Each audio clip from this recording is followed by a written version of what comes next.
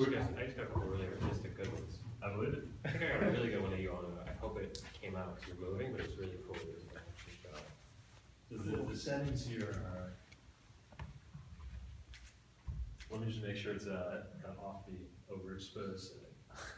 I like my photos terrible. That's how I Russell, by the way. Russell, I'm Brad. Nice to meet you. Are you with GGWSC? Yeah. Very cool.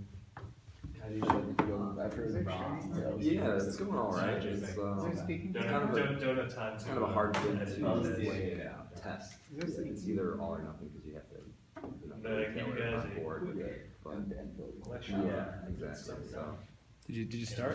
Did you start already? Did you start this? Maybe. Did you hit the button? yeah. Is it blinking? I don't see it. I don't see the time going. Oh yeah, it is. Oh, you're good. You're So yeah, we're on. You're on. Perfect. So in front of the whiteboard, if you're behind the podium, you're not on. Perfect. All right, guys. So the original title of this was going to be Putting Things on Rails.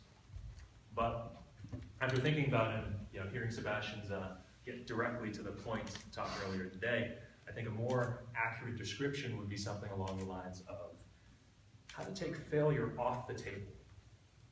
Right? How do you get things set up in such a way that really all you have to do is take some pretty straightforward steps in order to get what you want. Compressing all the complex variables into one linear plan that you can take step by step by step until you succeed. And in some ways, I've taken a lot of professional risk, compared with, a lot of my peers. I've, quit jobs or walked away from jobs that were, perfectly sound and paying out. I've dropped out of college. I purchased investment property without seeing it with my own eyes. All of these things, and yet I consider myself one of the most risk-averse people that I know. And so in order to accomplish all of this, I've had to basically come up with a system for, as I was saying, taking risk off the table, of really identifying what the key components are and going for those. So,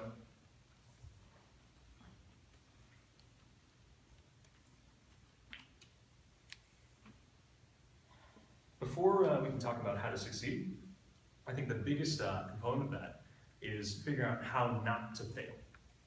Right? So many things in life, the passing grade, it's not a 99, it's not a 90%. If you perform at 15 percentile, that's over the bar. And so, kind of the most important thing for most of the things you're doing, I think, is just avoiding those catastrophic failure cases. And so, why do people fail? Or why do projects fail? I have worked on a lot of projects in the past, and from what I've observed, it's very rare that that projects are really played out to a checkmate, right? Where someone has literally no option left. More than often, it's people who are basically giving up well before their options are exhausted. And I think that happens because, one of two things. Either you don't know what the next step is, right? You're faced with a bunch of options. You're not sure which direction will kind of result in moving forward. And very similar to that is when someone doesn't see how the work that they're doing connects with the goal that they're trying to achieve. So those two things. So this system that I'm going to kind of try to walk you guys through is designed to take that confusion, take that off the table, and make each next step a little bit more frictionless.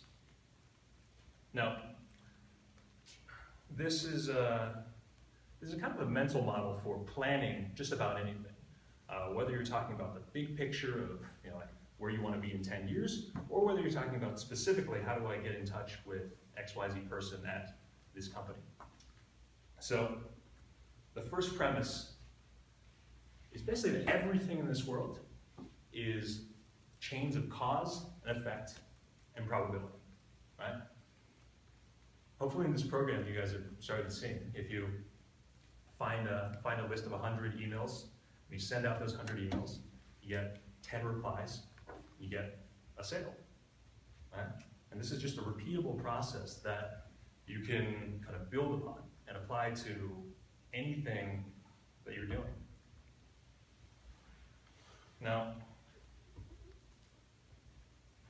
basically, here's the fun part.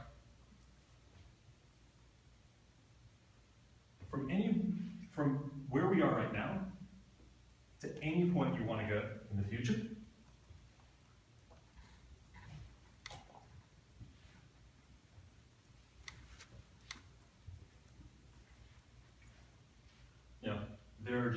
there are millions and millions of paths, millions and millions of chains of things that could happen and the effects that stem from it, right? And say we're talking about trying to get in touch with some high up at a company, right? There's kind of figuring out what they want. There's figuring out their contact information, right? There's also other ways around where it's figure out where they hang out when they're not working, or kind of getting in through their secretary or gatekeeper, or running into them at some random place, seeing if they're on Airbnb, staying at their couch. There are so many different possibilities for getting where you want to go, right? And the mental model that I take when approaching any problem is such that as long as you're able to connect the dots, as long as you're able to get from where we are now, in this moment, and deciding where you want to go, to just that physical outcome of kind of having that person on the call, or having that person agree and sign on the dotted line, or kind of having a job that lets you travel, or getting into a particular school, or this really applies to anything. Now, chains of cause and effect. What are these dots in the middle? A lot of times when I tell people about this, they use this word milestone, right? It's very similar, but I want to draw this distinction, because a milestone, it's an indicator of progress, right? That's where the word comes from. It basically tells you where you are. A beefier version of that, I like to call checkpoints. And basically, the checkpoint is a durable save point from where that basically no one can take away from you. And this idea comes from video games. If you've played the like side-scrolling Mario-esque games where if you fall off into the lava, you can restart, not at the very beginning, but somewhere in the middle. And so, I think this idea of save points, this idea of checkpoints, is really powerful when combined with projects that, if you walk away or leave it alone for some time, the progress actually rolls back, right? If you have a great idea for a product you want to build, and then you just let it sit, I don't know how much longer that's gonna last. Maybe a day, maybe a week if it's a really pressing idea, but certainly not 10 years. So when I'm doing planning, I like to think about what those concrete save points are, and really build the path along those lines, right? Instead of just saying, I need to get in touch with this person, I need to get in touch with this person. What are or probably a better example would be kind of a multi-stage process. So now, how do I get into Y Combinator? Or how do I kind of successfully kind of get in with this particular professor to work in his PhD program, right?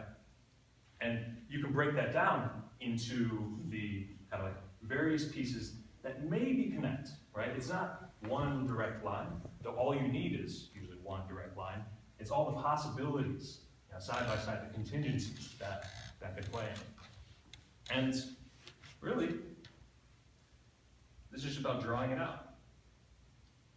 So the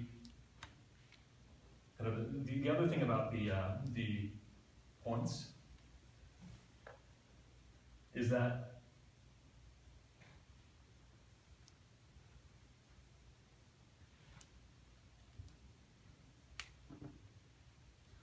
the key thing to avoid is getting here and then failing or stopping for whatever reason, right? This is why the checkpoint idea is so powerful.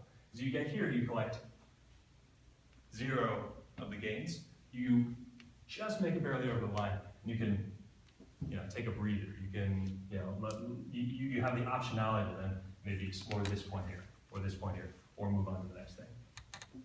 So that's basically it for planning, right? I think this is a very flexible model that I do, at least every month, oftentimes more depending on the number of projects I'm doing. And just the act of thinking through each stage of the future that I want to happen is what kind of, I think, creates a lot of it. Number one, it eliminates the confusion around, what am I doing? Where am I? Am I on the right path? What's going wrong, right? If I'm failing to get here, is that because I had a really bad path?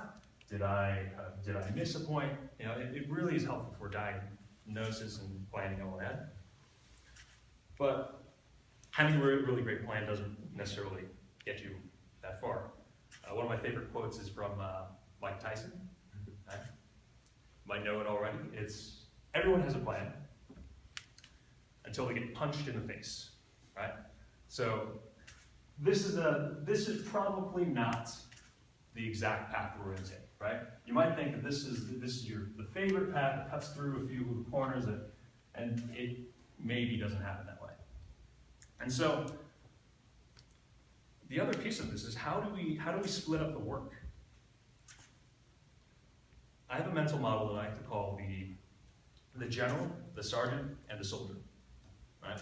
And this is a general view, right? This is the maps and the little kind of toy regiments and soldiers and positions, right? We're moving that around the board. We're kind of playing with how we want reality to unfold. The sergeant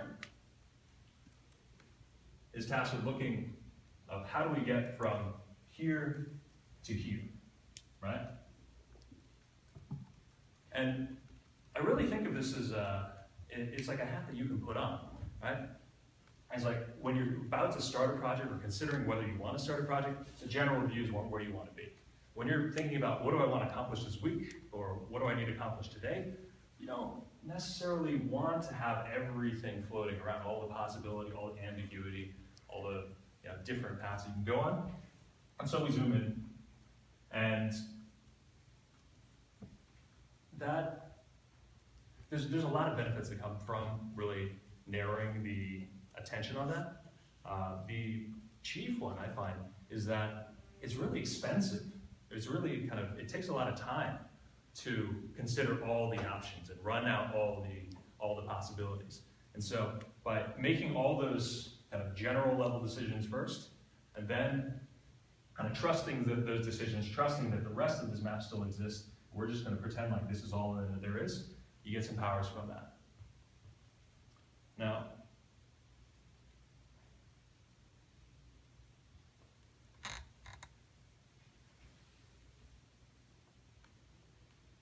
basically things that, even these lines though are kind of, the idea of probability, chains of cause and effect, there's an idea in, say, poker or video games called perfect play, right? It's just like theoretically there's a perfect way to do everything along the way, and if you follow that path, you maximize your number of points, your chance of success, whatever that happens to be. And so like in reality, like perfect play may look maybe a very jagged line, right? It's theoretically possible, but not something you can expect. And you know, if we were computers, if we had some magical ability that we could you know, make every, you know, recalculate what the best course is every second of the day, like that might be the perfect way to go about it.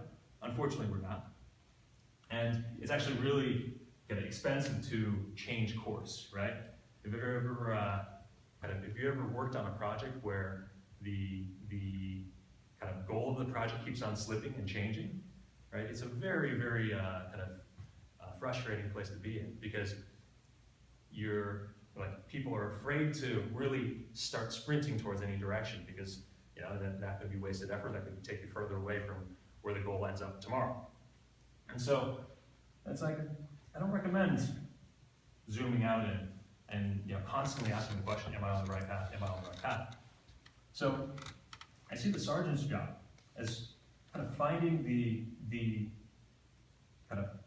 efficient compromise between these points, where basically we're doing the same thing here, but on a smaller level, and thinking, what's a thing that we know now for sure that will be useful in moving the ball forward? Okay, let's sprint towards that.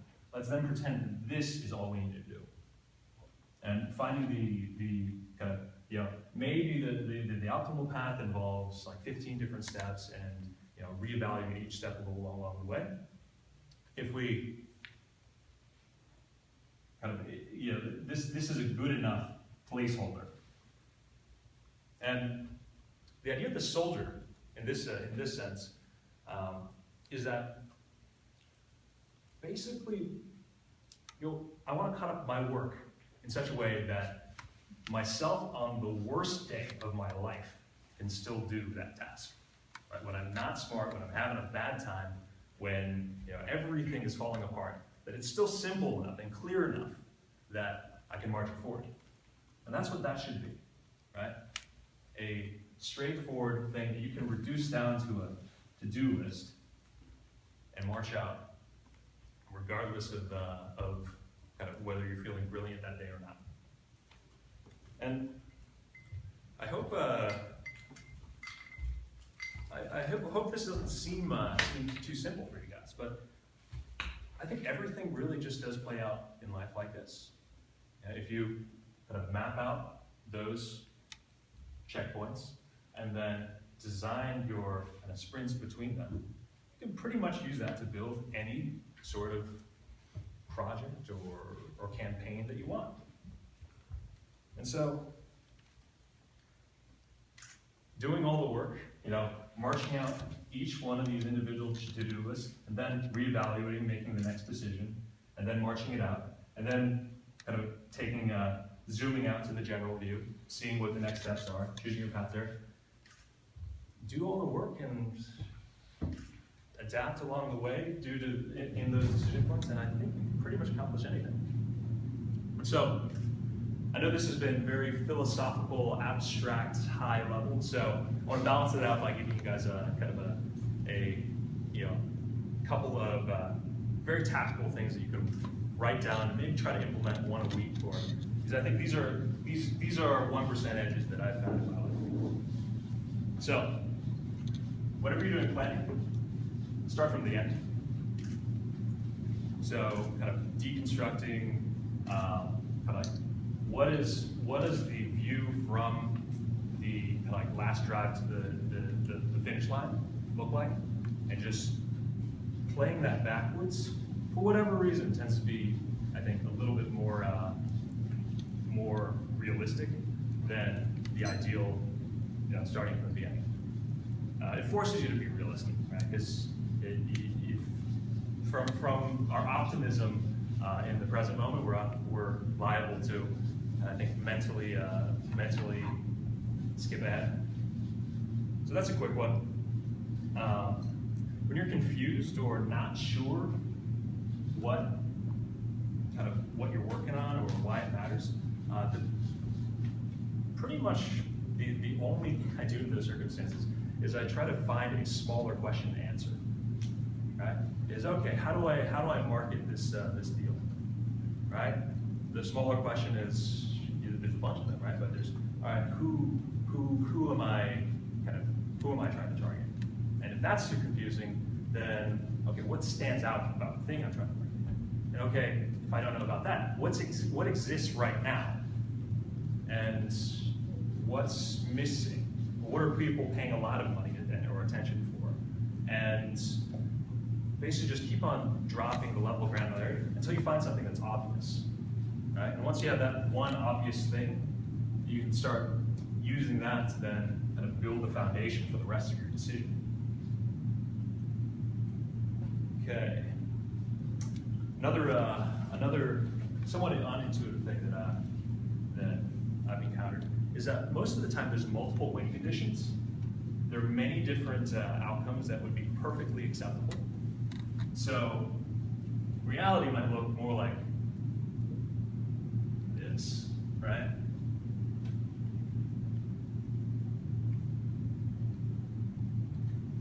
And oftentimes we get very fixated on kind of one without realizing that there's a lot to take advantage of. There's a lot of opportunity. There's a lot of outcomes you can actually claim, and that will make you just as successful, happy, satisfied, etc.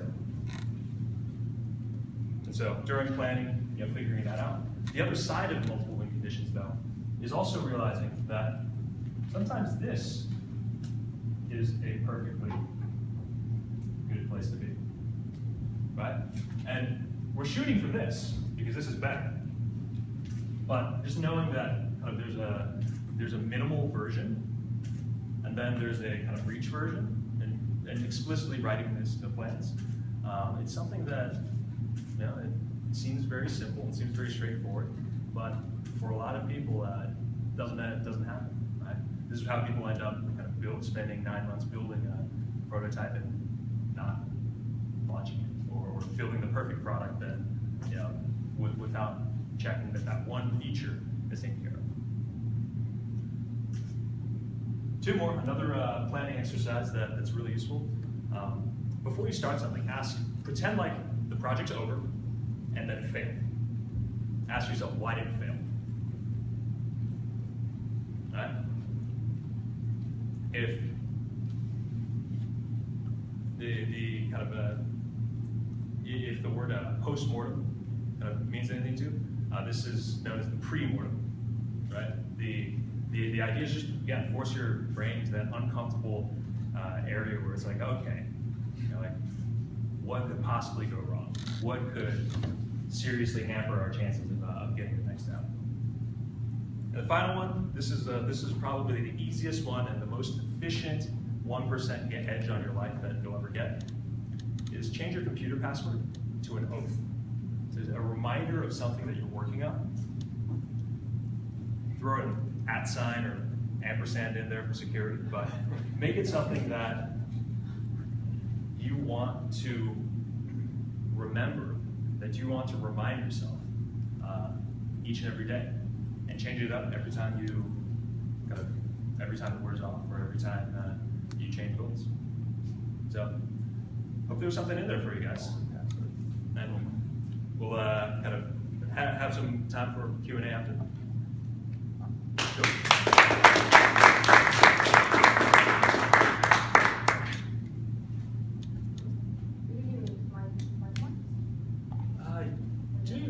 I most often write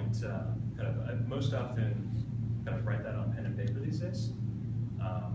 There a lot of, you notice how messy this is, right? It's like sometimes you just have to draw a little offshoot that doesn't have the that's not quite the same as all the other ones. A lot of mind mapping software out there is great, but they're very structured. And so the fine tuning of kind of what you're drawing is something that I find pen and paper is the best at. So each of the points on the diagram represents something you have to do? Yeah. So kind of, I think you walked in the middle. I call those checkpoints. If you want afterwards, I can walk you through the high level again.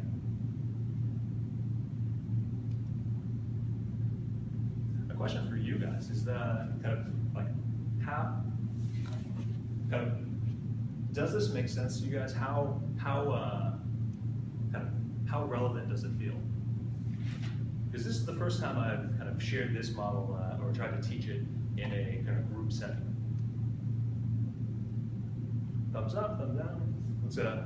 I guess my question would be, you know, applying that to what we're currently doing and recognizing the checkpoints and the points, you know, like where we have our save points. Yeah. I think it's defining those checkpoints in our process when we already have such a short period of time. Like how much can we invest into, you know, like mapping it out when, Sure. you know, the times are kind of coming on us. And I think this is a topic that you want to fine tune for yourself, because there are people out there who would argue that if you have, say, like 90 minutes to allocate to a project, that you should spend 30 of them planning, right? Because you could catch, you know, some mistakes that would lead you off to a 45-minute wild goose hunt, or you know, really find a way to kind of like achieve something even better. Other people are more kind of like, let's just dive in and, you know, start figuring it out along the way. Don't have any hard set of rules on that. Okay. But even within a program like this, it's an intuitive feel for what's solid and what's not, right? Posting a deal or posting an interview that exists on the web that, you know, unless Shopify servers go down and, you know, or probably Amazon servers go down forever, right? That's going to exist. And so that's compared to a kind of idea that you had, or a conversation that you had that didn't have any takeaways, or you know, like that didn't put a date on the calendar. Yeah. It's a lot more durable, right? And that becomes something to shoot for. Maybe branching off of that a little, I find when asking people about goals or kind of like defining what they're after, some people have a tendency to define like what they'd like to be, or like a state. So it's like, I want to be happy, I want to kind of achieve some kind of like vague abstract thing. It's not that they have different, and the other way is just like, I want to kind of like get this scholarship, I want to kind of, you know, travel to XYZ country, I need these, you know, very specific concrete things. I find that the second category is way more easy to work with. And everything abstract, everything that, you know, is kind of, even if it's an inaccurate representation, can be boiled down to, you know, something that represents it. Can I give a Kai answer to this question? One thing that I learned from Kai, and I'm constantly learning from Kai, so the people I've met before, Sebastian and Kai are running this show here, and I've learned a lot from him. He's excellent at operations. If you Google Kai Zhao exposure, you'll see both some work we did for MIT, as well as last year's GGWSC tour will come up with photo sites. So what Kai does is he takes a bunch of photos that are on his camera that are ephemeral and are just kind of going to go back to the endless digital stream, and he organizes them and curates them with just a few quotes where it's a nice memory, and then every team leader or participant can go back to review the memories there, as well as use it as kind of an artifact. If you want to see what my work looks like on the ground, go take a look at this. So go take a look at the GGWSC tour. You can see us on Amtrak, in a diving car, in the observation car, presenting at University of Colorado Spark Boulder for the first half of last year's tour, where you can see the MIT GSL program at its Vaterstrand. And a lot of times I'm like, I got all these photos, I got to do this amazing thing. And Kai's like, let's get something that's permanent, that's a checkpoint. We go back and edit it later. We often don't, but sometimes we do. And how do you turn it into hard things? And Kai's taught me that too. What's a simpler version? You know, it was very important to me. This is the third program we've done with the Chicago Innovation Exchange. The first two were like small hours, not days. So it was really important to me to do a good job here. So following Kai's advice, instead of like, oh, we just have some value happening here, you know, I had a bunch of targets. Like I made a spreadsheet, I put every mentor's name on it, they did an excellent job in a bio, introduced them to the director of operations here, and like put office hours in the calendar for CIE,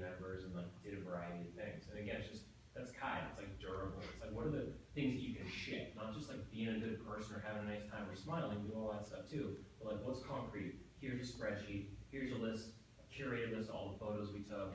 You know, here is a date on a calendar with some information behind it of like this thing that we're gonna do that's concrete, that's valuable. So instead of like, I'm an ideas guy, I'm just helpful, I'm around, I'm a positive person. Yeah, that's table stakes. You gotta be a good person to play the game, but I think I learned from Kai that that's not enough. You gotta make it concrete and then get to those checkpoints. You put up a great photos page. You got a permanent artifact of something you've done that you can show people 10 years from now. So that's something I learned. I'm constantly learning how to go from big picture to like checkpoint, and reach that so you always have that to work with.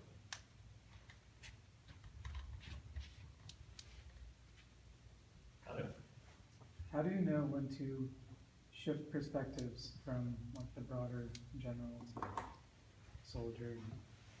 So again, it's an intuitive call.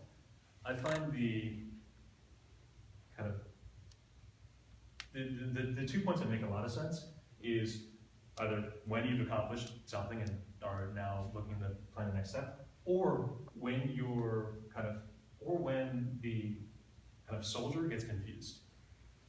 So when you're kind of like, when you look at your to-do list and are just like, I'm not sure what this is for anymore.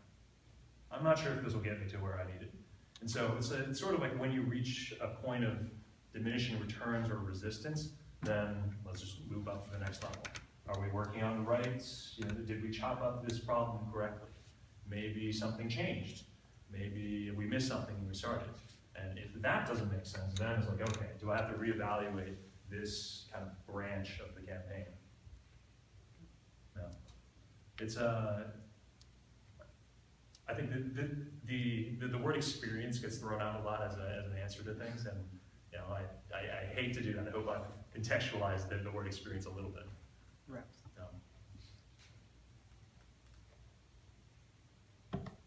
Cool. Well, thanks guys.